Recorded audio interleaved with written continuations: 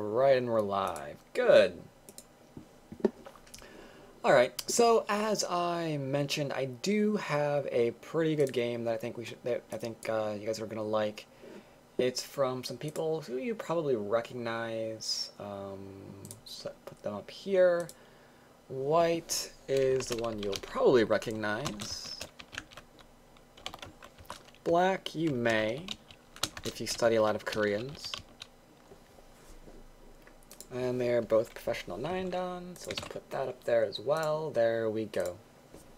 No, we're not doing Ghoulie, sorry. We do have this, though. Not sure if you recognize the players. Maybe you do, maybe you don't. Park is very, very good. And Mock has been around forever. He's been around since, like, I want to say before Yi Cheng Ho. But this is still a recent game. This was played this month, in fact. So, players have been around for a while, but it's still a very strong game. Opens up with nothing unusual. That should surprise absolutely no one right now. Fairly standard opening. This will not have a large influence-oriented strategy being employed. We're kind of moving away from that and onto other things. A bit of a more of a territorial sort of interest now. Nevertheless, we do see a wonderful large knight enclosure, which typically denotes that we are interested in influence. Okay. Could be, could be. We have many different ways of approaching this. We could, for example, approach it normally, nice and high, and then our opponent will probably either attach to get territory, or maybe pincer, since he's got the large knight there and he wants some influence for himself. White decides something a little bit less common and approach a little bit further away. This still allows, of course, for black to say, I want my territory. It still allows for him to say, I'm going to still pincer and try and pick up influence to use as my enclosure. No surprise that black decides to pick the pincer to try and make all of his stones work nicely together. This does have a downside, though.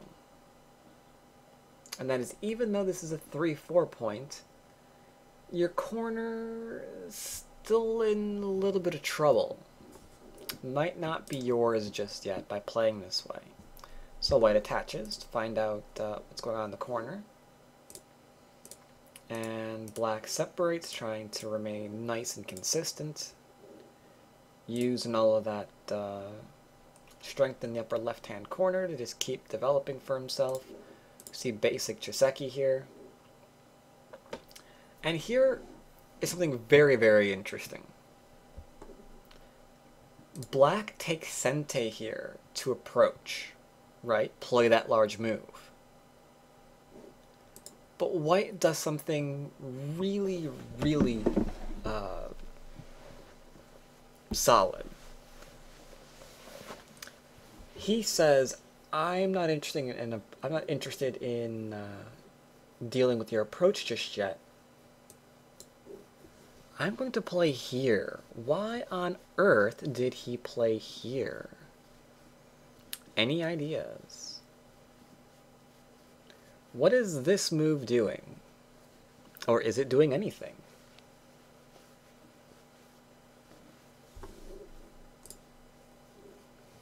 Try to pull out O17. There is a lot of Aji there, isn't there?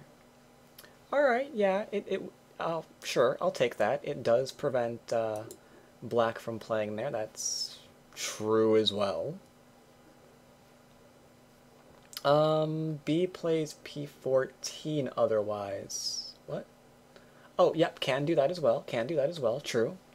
Essentially, what we typically see from here is... Alright, what we see from here is a little bit unusual with the further away approach. We're probably not going to see P14. We probably just see an extension. P14, when the pincer is one farther away, turns into a little bit of a weird variation where this, which should be bad, isn't really, because we can kill the top stones.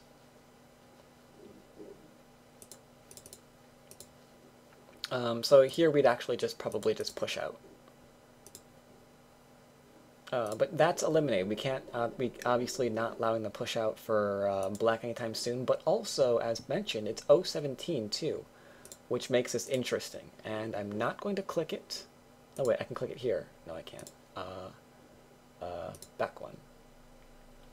Yeah, I haven't done it yet. Black plays here, but yes, we can in fact see that if we do something else, let's say we take this for ourselves, this can be an issue still. I mean, we can't connect underneath,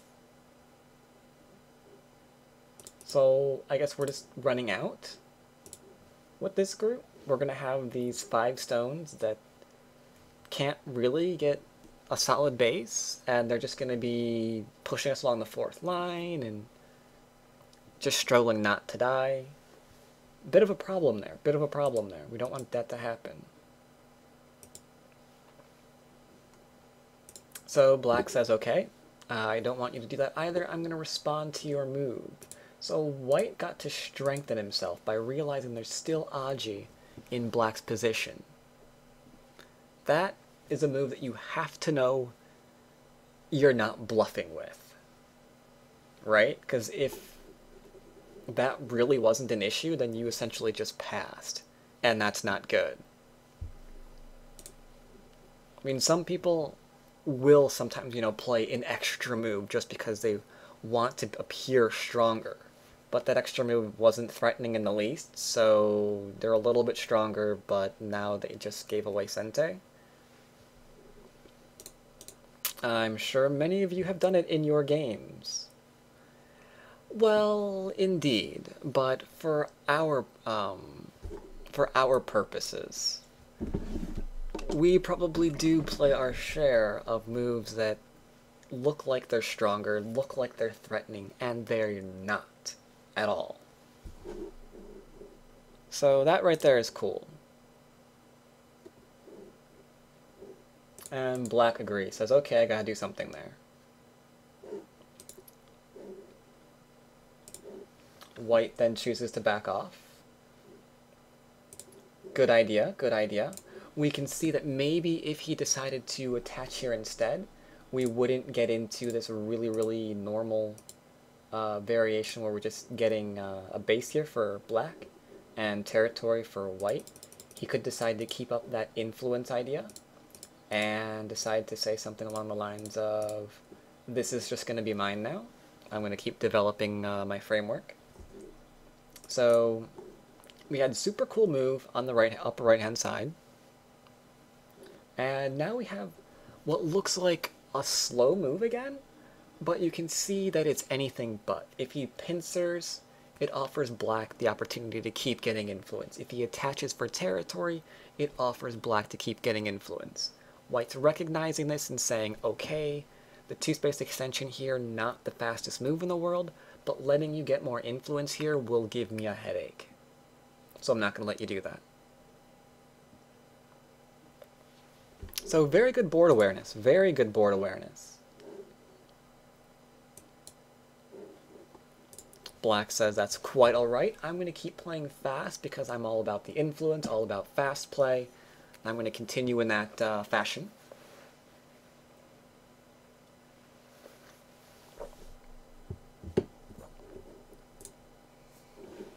White backs off. A little bit surprising. Could go back and choose to make this area the first real fight of the game and figure out who's going to be better off handling their weak groups, which groups are going to be strengthened first, and how, that sort of thing. Difficult to read, though, especially with, let's say, any kind of forcing moves that we have over here to get stronger. Could be an issue, could be an issue. Instead of connecting up, though, black goes into the corner, and white says, nope, that one is too slow. And goes back in pincers. If, on the other hand, black said, happy days, I'm going to just connect everything up, this is still fine for white, right? I mean, we still have an overextension here. Lots of area to invade it. We still have the obvious point of interest here, which we could also use to split. So this isn't territory by any means yet. Black still has to fight for that very, very hard. Whereas white's picking up territory throughout all of this.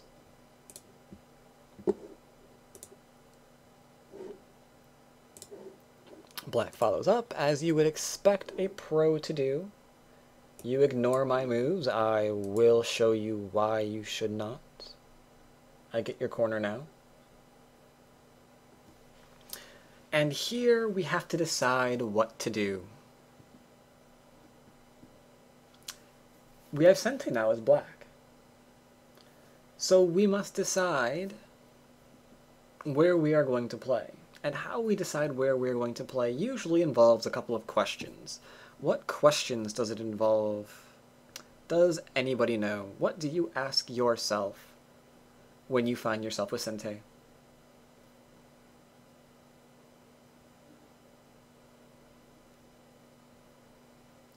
FC asks himself what is weak and what is large.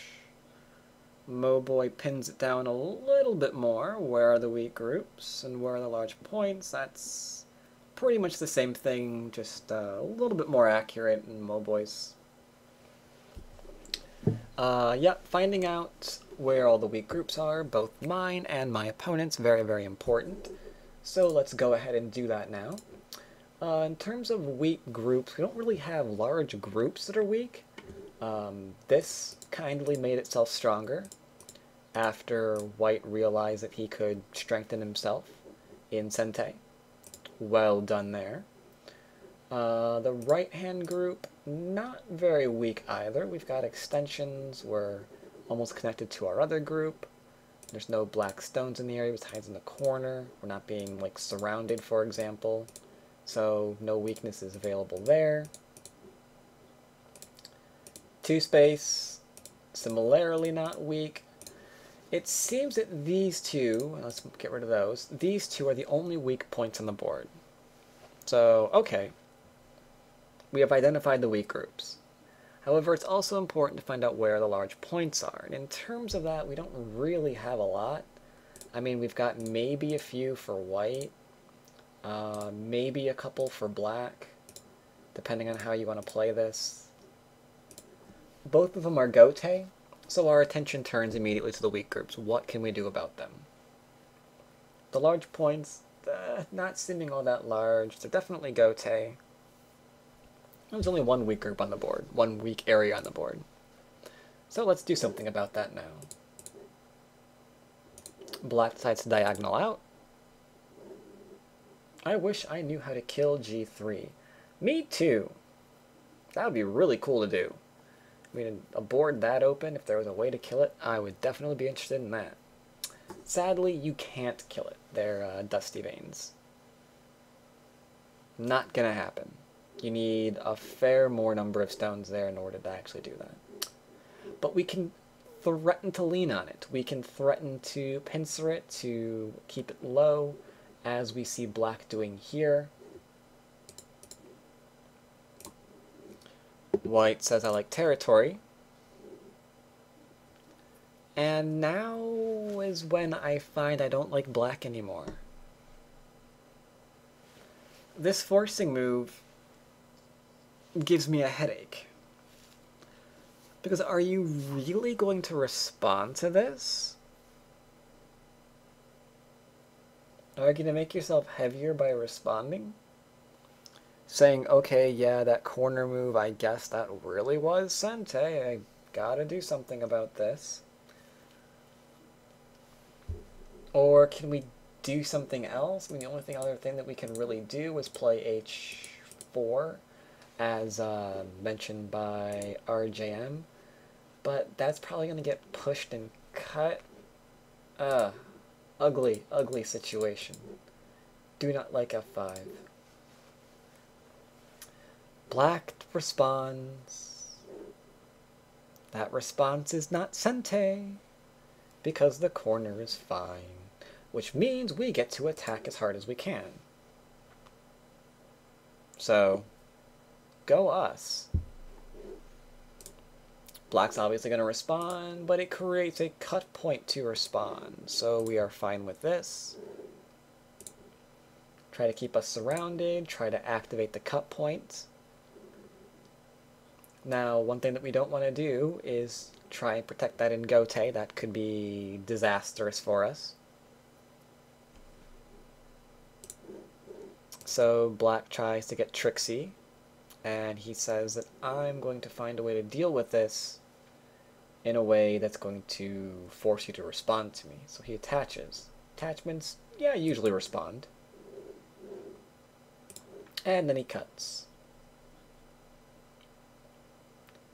Bit unusual, perhaps. But we can see that he did seem to defend himself a bit there, sure. White has to defend himself. Black strengthens himself. White doesn't want to die, so we have to keep playing away. Threatens to capture. Threatens to capture. Don't want those stones killed, which allows White to continue getting out. So it looks like White's living on the bottom. Black may or may not be able to save his middle stones, his cutting stones yet. We're not certain. But Black's other group here seems like it's getting stronger.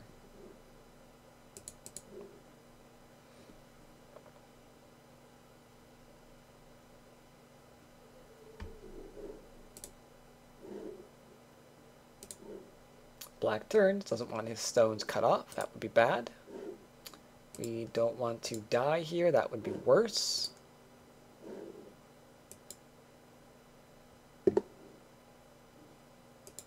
And then he uses Sente to defend himself. Because again, even though we had Sente, the question stayed the same. Where are the weak groups? Where are the big points? And we know immediately the weak group is once again looking straight at us. We've got White, which may be made weak. It depends on, what force moves we got in the right-hand side. And we've got this group of Blacks, similarly, not really seeing all the shape yet. I mean, the cut points are kind of loosely protected, but we don't have shape yet, so there's things like peeps and what have you that can prevent us from getting shape and threaten to surround us, things like that. We don't want it to happen.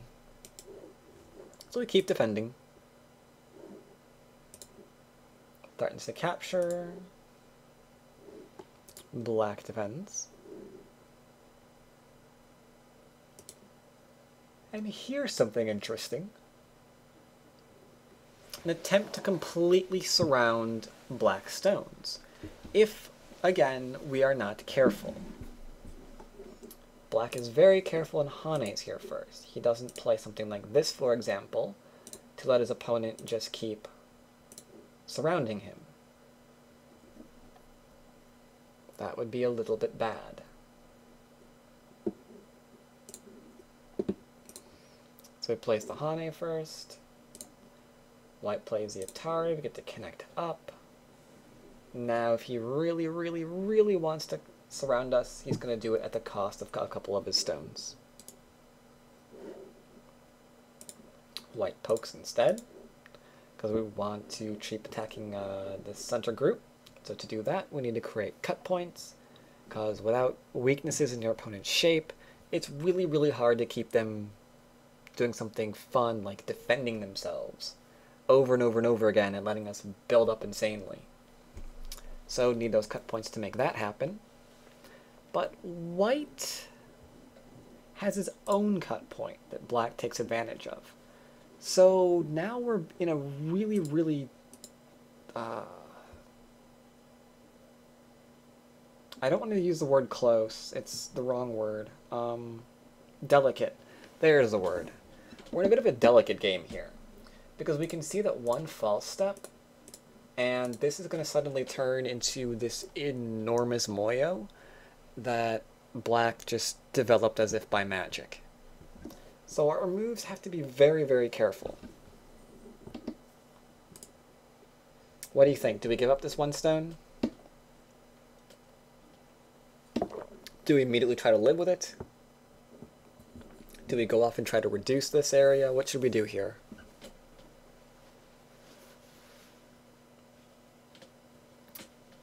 Give B the capture in the center. That's, that'd be very kind. Our JM is cheating by reading, and he says we need to help our 4 stones first. Unfortunately, he is quite correct about that. There's... If we allow... Let's get rid of these markers again. If we go and do anything else, and we allow black more forcing moves here, black's just going to have to run... Or white's just going to have to run away and run away, preventing stones from dying. And then black just enlarges his area, I guess. Maybe even completely seals it off with, like, just 2 more moves. So that would be painful. So white defends himself. Hane at 2 stones is important. So now that's going to be responded to. Frack me, there goes the tree. 67 moves. Oh well, it meant to be a Hane.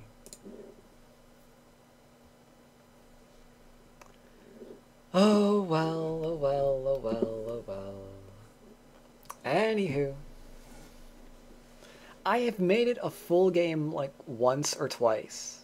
I know I did a full game back in December when I was doing my whole, like, my History of Go series, I guess it is. I know I did a one full game through there, yeah. Good, you were wrong. Made it over 20. Ha. So we Atari first. And Atari, getting ourselves some Aji. And now here's where I become afraid. Because white backs off. Oh, I did it again. Seriously? 2 times in a row. We're going good. We're going good. He backs off. I would be afraid to do that. I mean, the cut points here look frightening. I mean, if I play M8 as black here, I'm fairly certain I've killed off 2 stones. Yeah, he'd have to give up the 5. As Ukasu's just mentioned, he played this knowing he's got to give up those stones.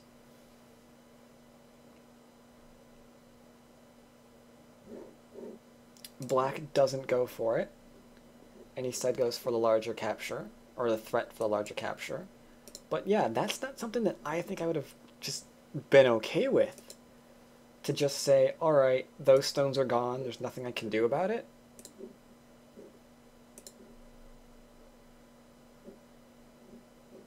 That's a bold decision.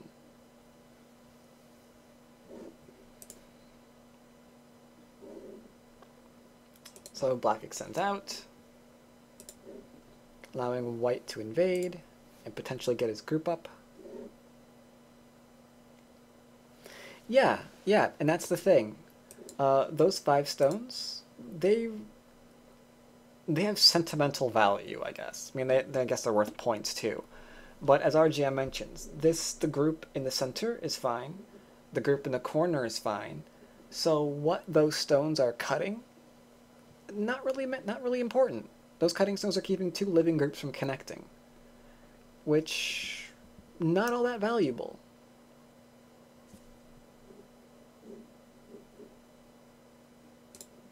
So black extends. That's the wrong variation. Which one was the variation? It was down here. There we go.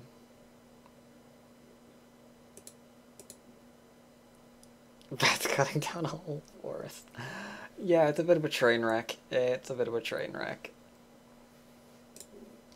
Alright, so black connects, like I mentioned, forcing white to connect. And now you can see what he's trying to do. He's trying to hold on to this area. Though this one is now a little bit at risk. We extend again. Black tries to connect.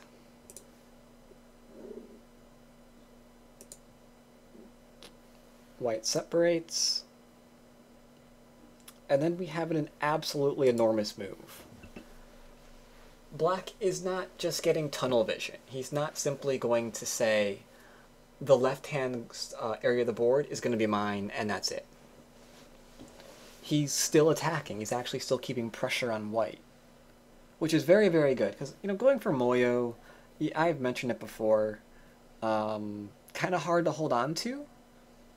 You typically need something to go along with it. Otherwise, it's just going to be a game of reduction. Your opponent's just going to reduce you and reduce you and reduce you, and you're just going to feel like a very passive game, and you might even wind up losing because you've been reduced so much.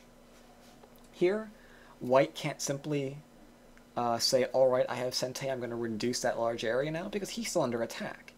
Everything he has is in danger, really. I mean, this large area potential on the right-hand side might get invaded. All of his stones in the center could wind up getting killed. So black is doing very, very well here. But white has no choice. If he keeps responding to black's forcing moves, then he's just going to profit, probably in Sente, and then black's going to go back and keep sealing us out of here. So white turns. Black says, alright, fine, if you really want to make this exchange, all of this is simply going to be mine. At this point, we start crying and think about resigning. White, on the other hand, keeps attacking. Nice forcing move. Then moves back to try to save the middle. Maybe he can do it. Black calmly follows up and kills off a very large stone, because now we still have the cutting point here, and we still have the corner here, which has pretty much been eaten. Any hope to make territory on the right is almost completely gone. Essentially, yeah, they're making very calculated exchanges here. It's like, alright, you get to have that, but in exchange, I get to be fine in the center from now on. And black said, okay, I'm not going to try and help that stone. You can have those two. I will eat the others.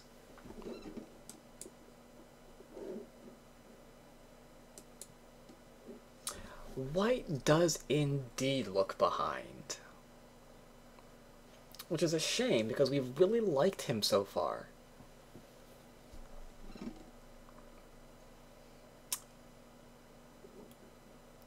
But white decides he's not altogether dead yet.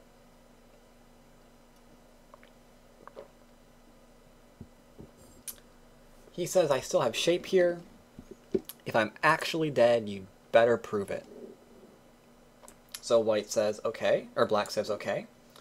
You have no more forcing moves to get eyes. I think you're dead here. White says, good point. Can I connect now? Nice forcing move. He's getting to save those stones in Sente. Black has no choice but to keep his profit. All of those lovely stones that were almost dead are now completely fine. We've killed the cutting stones that were afflicting us. We gave up some others, but there's so much Aji here, we can just keep milking this on. says, no, you can't connect. It's like, well, how about now? Can I connect now? And black says, no, no, you can't. Which has a problem, because that descent seems to also be a cut.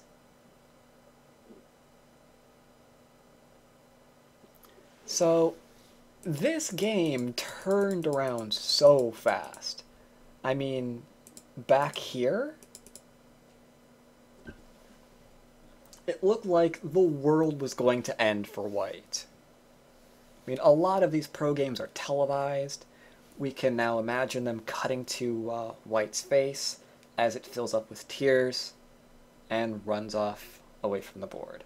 But no, he's apparently a lot stronger than all of us, and he sees things that we don't realize are there. He sees a perfectly fine position here. There's so much Aji. What is there to be afraid of? Why would you possibly start crying here? There's no way, no way. There's way too much Aji. I'm fine. And he is. Black essentially tried to go for so much. He tried to go and keep the middle threatened. He's trying to go for these stones, and he's trying to make certain that white can't get territory on the right. That he just can't hold on to all of that, right? Something had to give. It's like, alright, if you want something, you're giving up something else. And that right there is cool, and something I probably could not do in my games. Maybe once in a blue moon would I be able to look in a position like that and just think to myself, we're good. No problem. So yeah, that right there I thought was really, really awesome, and one of the reasons why I picked this game. Usually any game which completely has me flipping back and forth between who I prefer is probably one that I'm going to be picking to review in a lecture or in one of my How to Study Pro Game series or something. So where were we? Drop down there. White clamps, black has to connect. White descends because he's like the master of Aji right now.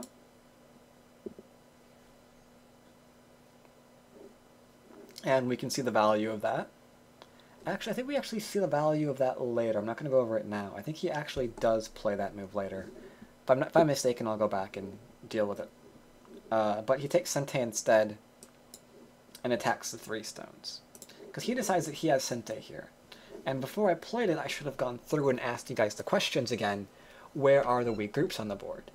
And, alright, that question is kind of hard to answer given, like, everything that's going on. But, assuming that these stones are in fact dead, and they look like they are, then this group here is okay. So, the only weak group that we have looks to be these 3 stones, which are completely disconnected and almost completely surrounded.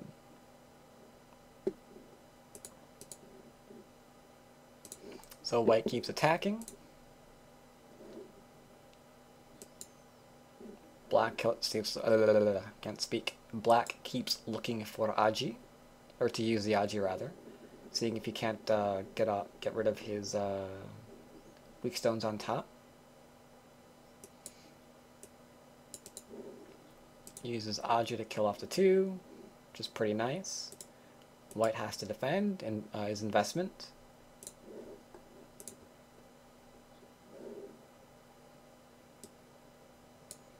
And then goes back and ensures that he's not going to have problems here later, taking a large point for himself. But white's completely fine because he had another attack he was interested in. Could he have gone and profit on the bottom and killed off those stones? He absolutely could have. And then black would have had Sente to maybe go back and try and get that upper left again. Instead, white decided to keep attacking the top, making certain that black can't get that upper left, and left it to black to take Gote and defend himself there. If he wants to keep those stones, he has to give up Sente. White happily extends, because he's picking up quite a few points for himself. He's got territory on the left, a couple of points on the bottom, and this corner here, which is stretching well into the center now.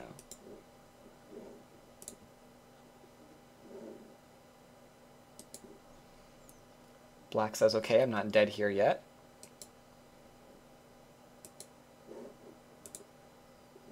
White tries to live. White tries to keep him disconnected. And now we see some very nice life and death from Black. By taking this one stone, sure, it essentially kills off the 3 for Black. However, as we can see here, nope, no co. As we can see here, Black's now alive. He managed to resurrect these stones. They weren't quite dead yet.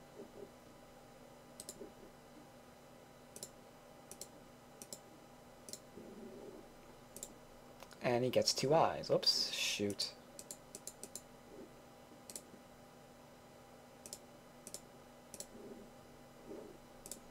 So that actually gets to continue living. So crazy game. A lot of back and forth in this game. Nothing that you think is dead is... well, it's not quite true. In this game so far, we've had areas which looked like we were vastly approaching something that was completely untenable for one player or the other. And it just flipped around in the next couple of moves. We see stones that we think are completely dead turn around and make 2 eyes as if it's the easiest thing in the world. This really demonstrates the importance of using Aji. Entire games just flip around if you can realize that there's still Aji in a position. Black extends.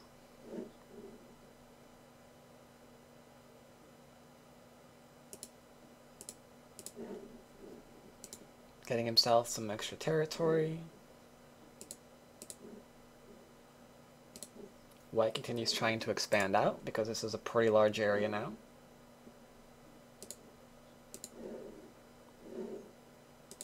Black follows up, tries to get some territory for himself on the left-hand side.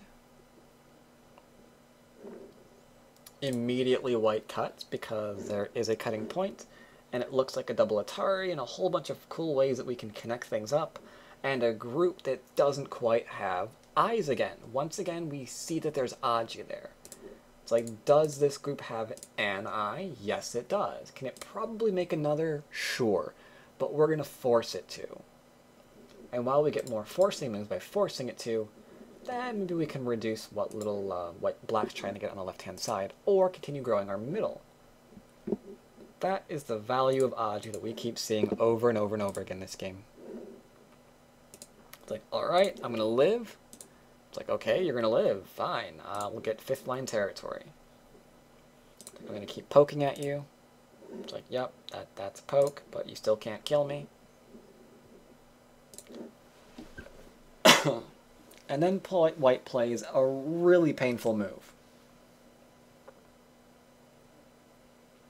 This move says, I'm going to keep building up that middle and get a ridiculous amount of territory right where you had all of your influence just a short while ago. Or I'm going to cut you and get rid of some of the territory you have on the left and maybe kill your group. You get to pick what's going to happen. Are you going to back off and connect? You're going to try to reduce? What do you think? What's the right answer here? Do we fight this?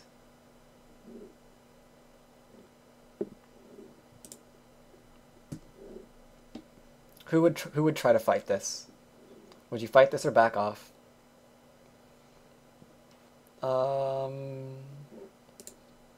Yuki Akari says I back off with D13. It's too early, says Resign. Okay, that's fitting. G12, we've got a person wanting to fight.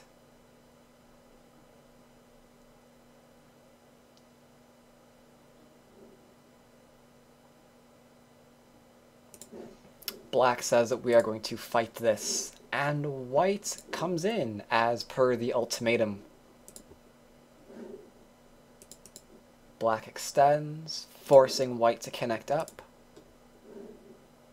Black says it is now my turn to use the Aji, because you, sir, have cut points as well, and I can use them just as well as you can.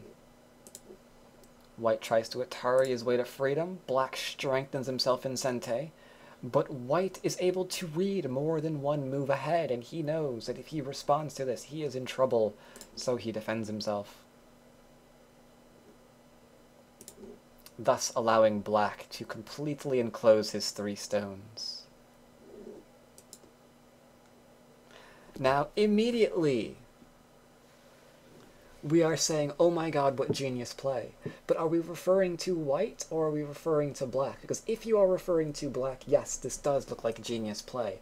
But if you are white, then you have proven time and time again, all throughout this game, that you know the value of Aji, and damn it, my stones aren't dead yet, and I should not have said that on KGS.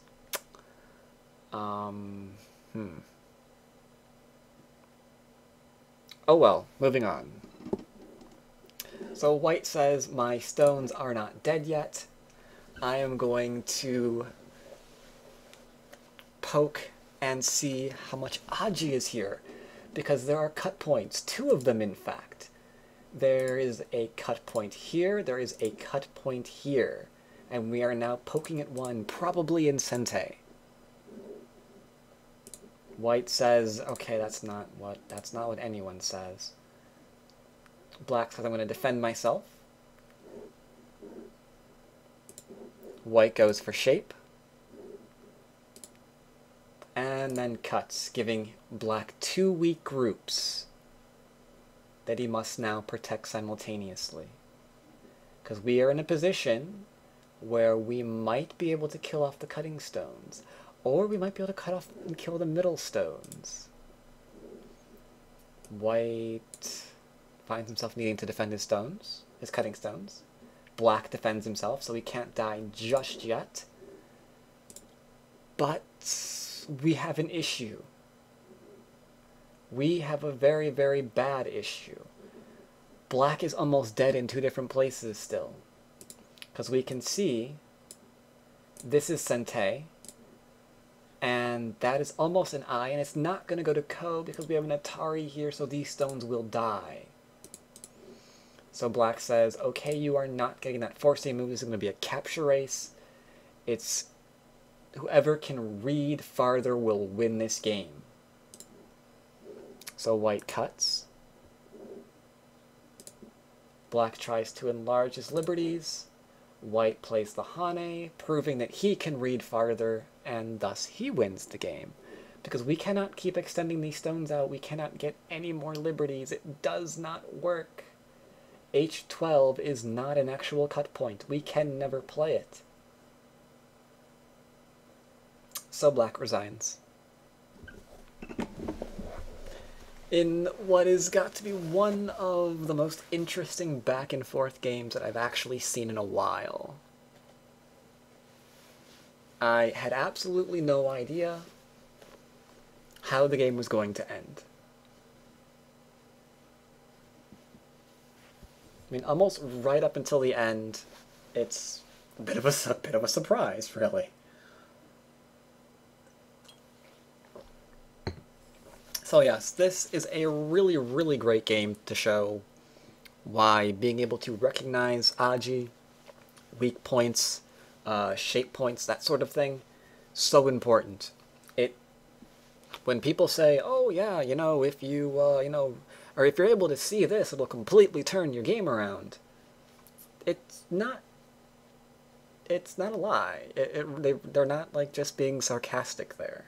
It really can.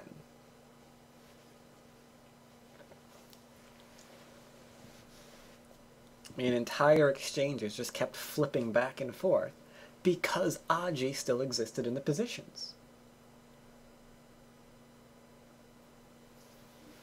Yeah, Park is just amazing. Well, some of his games are amazing. He's human. He has some bad games too. But yes, he's a very, very good player.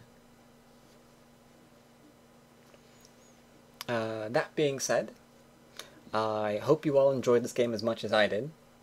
I love me some fighting games. I almost didn't go over it. I thought, maybe this is too complicated for most people. Maybe some of the double-digit cues were feeling a little bit lost. So if you're feeling a little bit lost now, anyone watching this on YouTube later, if you're it is a little bit more complicated than the normal game that I'm usually going over for you guys, don't worry, I will have some more easier to understand games as well. I do still look for those, as always. Next lecture will, of course, be week after next, as per usual, and I have to say that hopefully my audio quality will be better because I'm getting a new microphone and not the $5 one that's currently on my desk that is slowly breaking down and dying on me. So, awesome. Do I record these? Yes, I am currently recording this on Twitch, and I'll be uploading it almost immediately afterwards onto my YouTube. So you, of course, can see it there whenever you wish.